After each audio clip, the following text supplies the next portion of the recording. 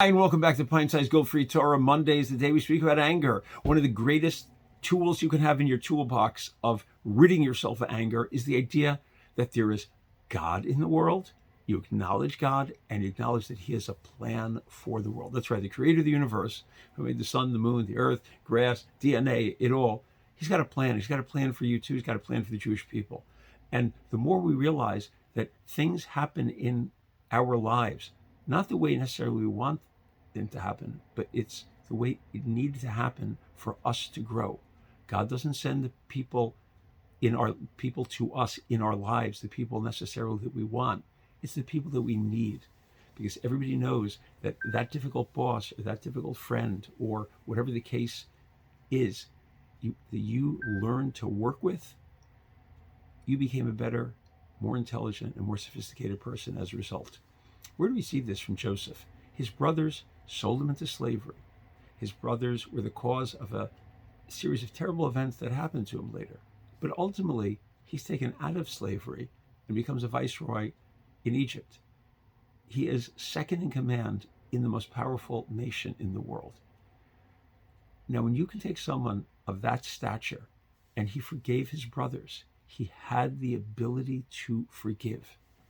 And he even named his first son, Menashe, with the name Menashe as a memorial, so to speak, of this concept, because Menashe is from the root Nun Shin He in Hebrew, which means to forget or to remove. And Joseph is basically saying as a sign, I understand my brothers did some really awful stuff to me, but I have to move beyond my suffering.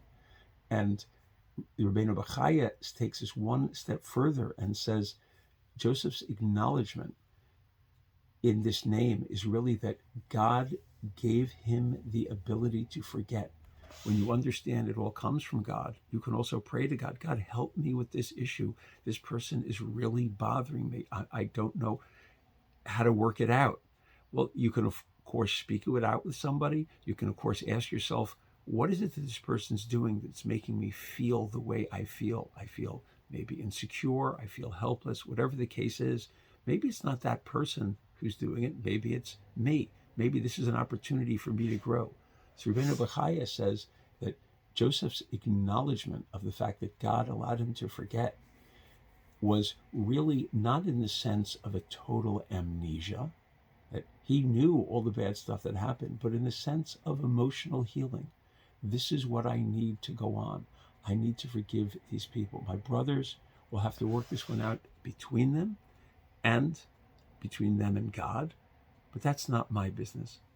He had to keep his side of the street clean and let them deal with their issues. But from him, he could release his anger, and that's where the emotional healing begins. So Joseph realized that he hadn't been given this great blessing of now becoming a ruler. He wasn't given that in order to forget his past, because then he would have missed the whole opportunity that that's what he needed to become the person he was, a more sensitive person, a more intuitive person, a person who understands that life has its complexity. It was specifically because of those hardships that he became Joseph. And many times, instead of being really angry at the people in our life and the situations in our life, let's look at the situation and say, what can I get from this? How can I grow? One of the greatest tools you can have in your toolbox, realizing there's a bigger plan, and the plan is for your own benefit. Have a great day.